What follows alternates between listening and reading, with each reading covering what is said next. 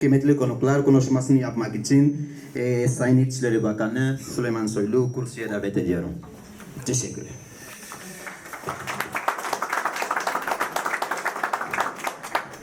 Ekselansları, kıymetli Büyükelçi Sayın Patricio ve çok kıymetli hanımefendisi, diplomatik misyonların çok kıymetli temsilcileri, değerli misafirler, burada bulunan çok kıymetli öğrenciler ve bayanlar ve baylar. Excellency, Distinguished Ambassador Patricio and Madam Patricio, distinguished members of the Diplomatic Corps, dear students and ladies and gentlemen.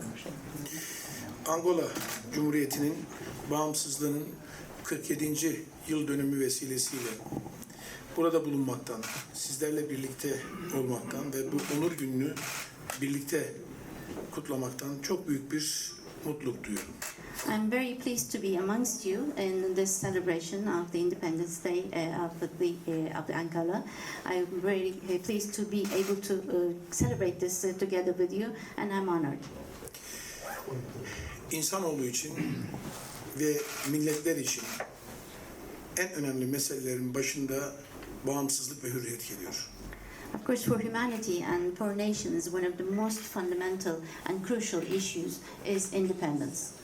Bir ülkenin bağımsızlık ve hürriyet günü aslında orada bulunan herkesin, aslında o tarihin hatırlatması, bütün milletlerin kendi bağımsızlık ve hürriyet gününün ne kadar önemli olduğunu ortaya koyuyor. The Independence Day of a state actually puts forward the importance of independence and freedom for all nations and for all states, and it identifies how crucial such dates are. Türk hükümeti ve milletimiz adına Angola hükümetine, Angola halkına 47. yıl münasebetiyle tebriklerimizi iletiyoruz. And on behalf of the government of Turkey and the nation of Turkey, we would like to wish our best wishes to the state of Angola and to the people of Angola on the occasion of the Independence Day. Ekselansları, NATO'nun 1975 yılında bağımsızlığı kazandırmasıyla birlikte aslında çok zor bir süreç başladı. Actually, following the independence, which was achieved by President NATO at the time in 1975, a very important struggle and difficult pathway was initiated upon.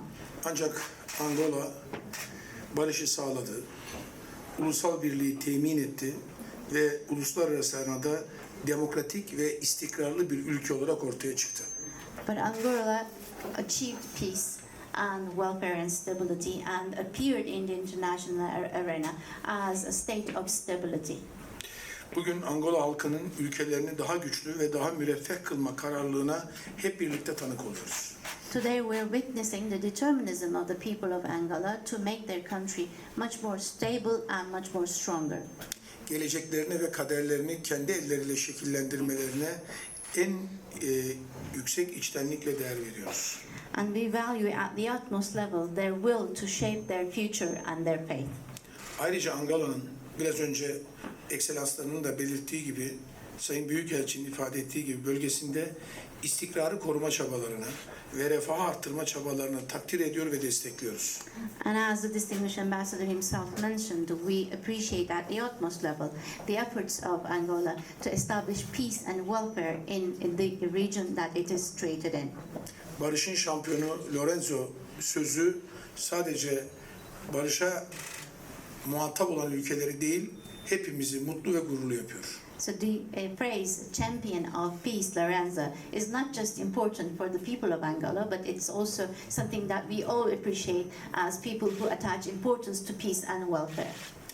Ayrıca Afrika halklarının Türkiye'yi yakın ve dost bir ülke olarak gördüklerini hissetmek bizler için her zaman büyük bir mutluluk kaynağı olmuştur. And it's also very pleasing to feel that the African nations are feeling Turkey as a fraternal state and as a state that is close to their interests. Dünyanın emin ve güvenli ülkelere ihtiyacı var. Of course, the world needs secure and safe countries.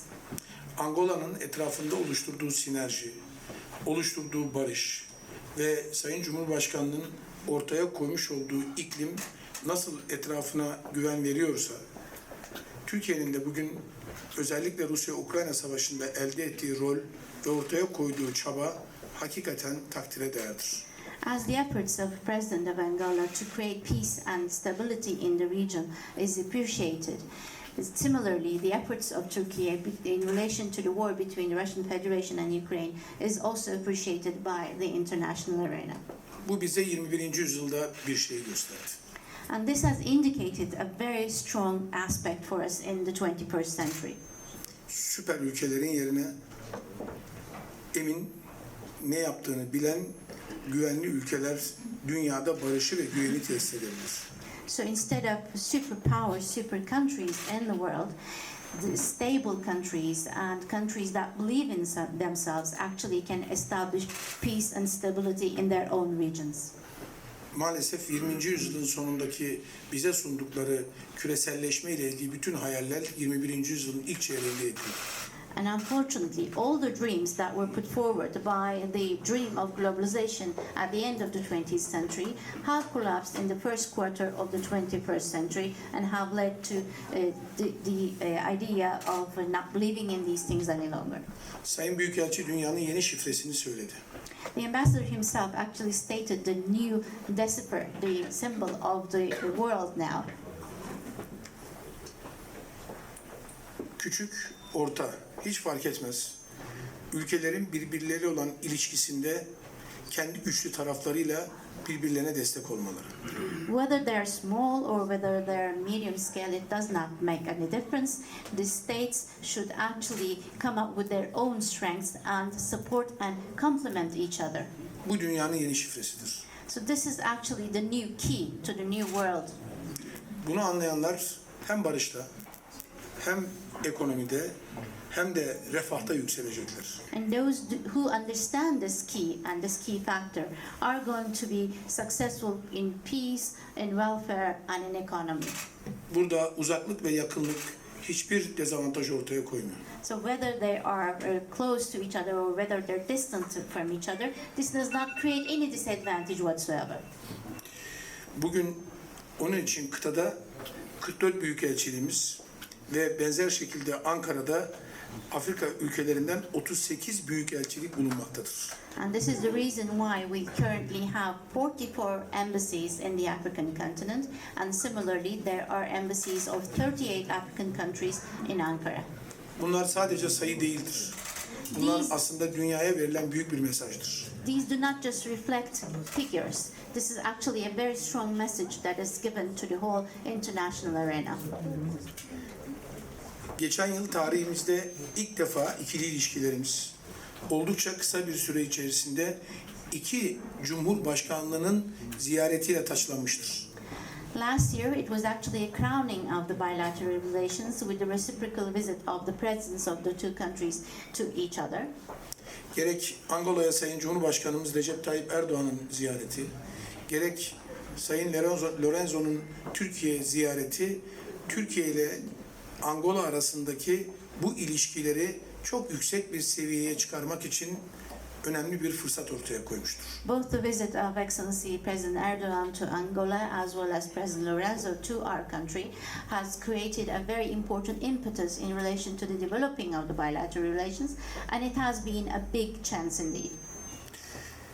Ticaret, turizm, enerji, eğitim, tarım, savunma sanayi ve havacılık alanında yaklaşık 20 anlaşma imzalanmıştır. And close to 20 different agreements were signed in the field of commerce, education, training, and civil aviation, as well as the defense industry. Ve inşallah Sayın Büyükelçinin de ifade ettiği gibi 500 milyon dolara çok yakın bir zamanda yakalayacağız. And hopefully, as Mr. Ambassador has himself mentioned, we will be attaining the figure of $500 million in the close future. Burada parasal değerin nakdi karşılığından ziyade oluşan enerjinin ortaya çıkardığı sonuç mühimdir. In relation to this figure, it is not just the figure that is important, but also the energy, the impetus that is created by this connection between the two countries. Ve elbette ki Angola Başkonsolosluğu'nun da İstanbul'da bu yaz açılmış olmasından, iş insanlarımız arasındaki sözleşmelerin şu anda başlıyor olmasından, direkt seferlerin başlıyor olmasından büyük bir mutluluk duyuyoruz. And of course, it's also very pleasing to see that the Consulate General of Angola has been opened in Istanbul, and there have been contacts established between the business communities of two countries, and the direct flights is also crowning this contact between the two countries. Geçen yıl Interpol Genel Kurulu'nda İstanbul'da Angola İçişleri Bakanı ile çok güzel bir değerlendirmemiz, konuşmamız, sohbetimiz olmuştu.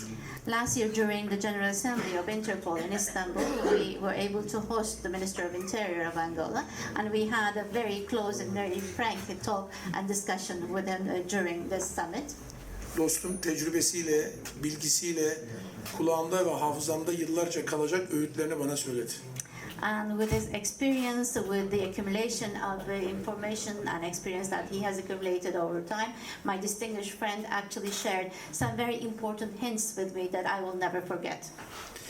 Kıymetli Büyükelçi Patricio, Distinguished Ambassador Patricio, diplomatik misyonun kıymetli temsilcileri, kıymetli hanımefendiler ve beyefendiler. and distinguished members of the diplomatic corps in Ankara, distinguished ladies and gentlemen.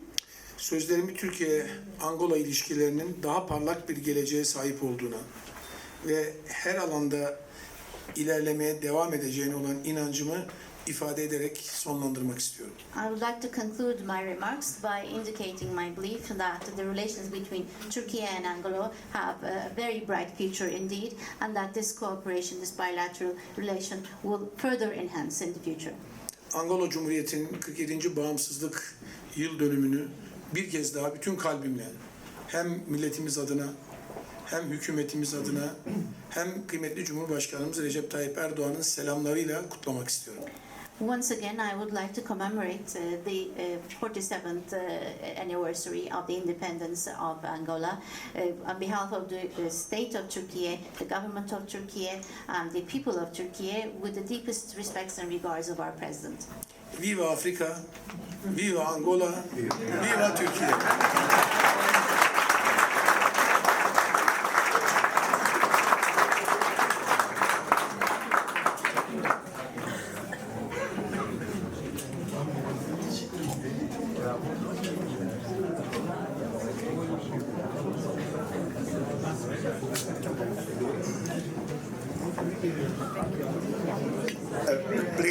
Please, can you join me in a toast for Angola, for Turkey, and for our countries? Viva! Viva! Viva!